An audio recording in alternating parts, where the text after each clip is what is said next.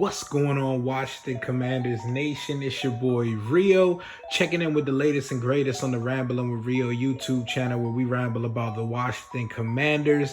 Today is October 30th, and our Washington Commanders are leaving Indy 500, 4-4, 3 wins in a row after we absolutely stole the game from the Colts in the closing minutes, 17-16, because of the hometown hero, the Indianapolis boy, Cathedral High's own himself, Mr. Scary Terry McLaurin. I caught him mid-clorin a few weeks back. He must have heard me, because that boy is lights out. He went up there and literally stole the game out of Stephon Gilmore's hand, a really good cornerback's hand. The second week in a row, he's making a child out of an upper echelon cornerback. And our boys are back at 500, 4-4. The entire division is now sitting with a winning record in the NFC East. And there's a lot to unpack about this game.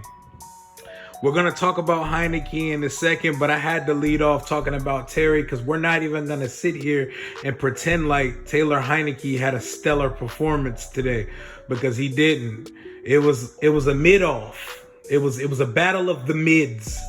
It was like the great value version of Battle of the Bastards from Game of Thrones, with Ramsay Bolton versus Jon Snow, and it looked like both quarterbacks were getting the first start of their career. Sam Ehlinger took over for Matt Ryan today. He looked like a rookie, but for the most part, he looked more efficient than our guy. He hit more impactful throws during the game, and their offense seemed to be more open than ours was for a guy who's been in the systems for years. But we won the game. Let's talk about it. Taylor Heineke, the legend of Taylor Heineke. The dude plays with absolute moxie. For 3.5 quarters, let's not even pretend and act like this was a well-quarterbacked game by Taylor. It was really bad, and that interception was as bad as it gets, and it looked like the game sealer. But the magic in this fucking Heineke guy, I don't know what it is about this guy. You can never count him out, and his legs, that is the difference.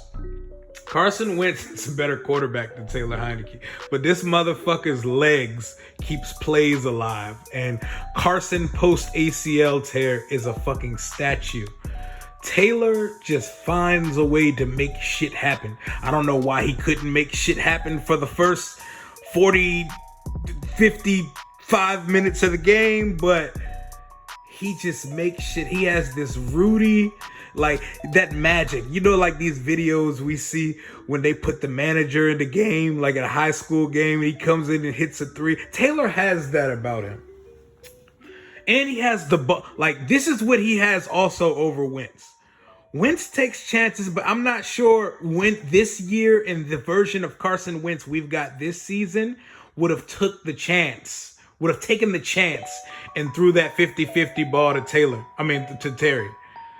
Taylor, without a doubt, gave his guy a chance. Dude doesn't have an arm to save his life, but he threw up the Eli Manning to David Tyree YOLO prayer ball, and Terry answered and stole the fucking game from the Colts in Lucas Oil Stadium. How do you like that, crackhead Jim Irsay, man? The battle of the incompetent owners and the battle of the backup quarterbacks. A lot to ride home about today. This was such a weird game to watch, because it really didn't feel like anyone had an advantage throughout. Like, we had a lead for a good majority of the game, but it didn't really feel like it. The game never felt safe on either side. Both teams played even. Both teams were putrid on third down. Both teams had about the same amount of yards, same amount of penalties, around the same amount of punts. This felt like an evenly matched ass game. Their D-line and backers were balling. Our D-line and backers were balling. Our corners got beat deep a couple times, which I'm not too excited about. Kendall Fuller's grabby ass got away with some pass interferences. But overall, another week where I like to say, Jamin Davis, thank you. you're taking that step. Cole Holcomb was out today. David Mayo stepped in for him. We forced 2 turnovers. I wanted to literally stop what I was doing and cry because I had no idea this team was able to force a turnover that didn't involve the muffed punt. We forced 2 fumbles, one with the quarterback and one Derek Forrest comes in, puts his helmet on the football on a Jonathan Taylor run. That was a game changer, and that was probably the momentum flipper of the game because they were marching. They were in the red zone when Derek Forrest forced that fumble, but we forced turnovers. We did commit one. Let's talk about that pick. Taylor Heineke threw that shit into triple coverage across his body.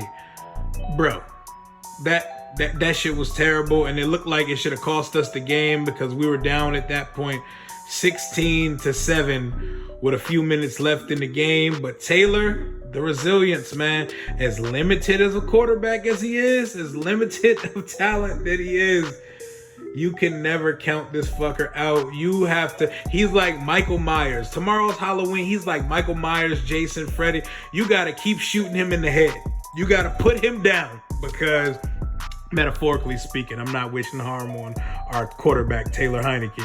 But like the villain in a horror movie, if you don't see that motherfucker dead, he ain't dead. He's always in it, and he got the ball 2 times to close the game, and he made it happen twice. And a YOLO prayer from the football gods has our Washington Commanders now sitting 4-4 on the season with a new outlook on the season.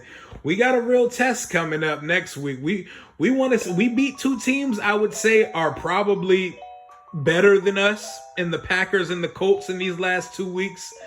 The Bears are right around the same type of team as we are. But next week, we got our former quarterback, Captain Kirk, Mr. You Like That himself, coming in with a 7-1 Vikings team. It's the blackout game. Get your black shit ready. There may even be some Chase Young jerseys available, and there's going to be a good giveaway for this game. So make sure y'all are there. I'll be there. But, man, we have a really good team. We're going to see how we measure up against a superior team next week. Because the Vikings, they're a really good team, but roster construction-wise, they shouldn't be some team we look at like we shouldn't have a chance, man. All I know is Taylor can't play like he's played in 6 of the 8 quarters I've seen him play in these last 2 games, or the Vikings are going to mop the fucking floor up with us. But next week, we'll see a lot. Our next 2 games are versus the Vikings and on Monday night versus the Eagles. We're going to learn a lot about this football team because if there's one thing I know, is that my team always has a 3 or 4 game win streak in them, no matter how good or bad the season's going, because my team will always find its way back to mediocrity. What I want to know is, does this team actually stand a chance to make a real run at the playoffs? Because right now we're sitting in prime position for the wild card race. It looks like the whole fucking NFC East is going to make its way to the playoff as it sits today, but I want to know how substantial this is, because while we're winning games, and it's not pretty at all. I know a win is a win. A win is a win is the motto of my entire life. It is the mantra of my entire fandom of this team, because we don't really blow guys out. We don't handle them. We don't take care of business and get them out the way early. We believe in cardiac arrest, heart attack victories. I want to know just how good this team could be, because I buried the season a couple weeks ago, and I want to know if I was correct in doing so, if these wins hold any merit, and if these wins are actually good, because in victory, there's still a lot of flaws, and I know there's always going to be flaws in victories, and there's always going to be brightness to look at in losses, but Ron still just mismanages time terribly. Scott Turner seems like a very bad offensive coordinator. Jack Del Rio appears to be the only competent coach of a unit right now. And it brings me to the question, with salvaging this season and making the playoffs, is that best for the future of the team? I want us to win games. I want us to make the playoffs. I want to attend a playoff game in January. But these wins, although they feel great and triumphant in the moment, I still don't think Ron is the guy that's going to solve things here long term. And Pete Haley wrote an article about it this week. Like, is salvaging this staff the best thing? You know what? Fuck that. We'll get into that later. We won 3 in a row, bro. We 4-4 right now. And I'm not going to be negative Nancy. I got enough things in my life right now to be negative Nancy about. I'll take the W's when I got them. And right now, for 3 weeks in a row, we've been victorious. So hell to the Washington Commanders, and left hand up. Who are we? The Commanders. 3 in a row. They close out October. It's blackout week versus the Vikings. Get your black stuff ready. Come gooned out and bring the energy. I need this game next week. You haven't seen me post a lot of content recently because I'm going through some shit right now. I'm going through some heavy shit right now. And I need a good outing with my brothers next week at FedEx Field, where we look to go above 500 for the first time in a long motherfucking, well, since week 1, but at this point of the season in a minute. But 3 in a row. Terry McLaurin, you are not mid. We don't deserve you, and you deserve more than what we paid for you. And Taylor Heineke, you're not my favorite quarterback in the world, but you're the quarterback of my team, so I got your back. It was ugly, but keep letting your balls hang. Go cop you another pair of shoes that match the team you beat. Come in with the true blue 3s on tomorrow at your press conference. Until next time, hell to the Washington Commanders. Rio, out.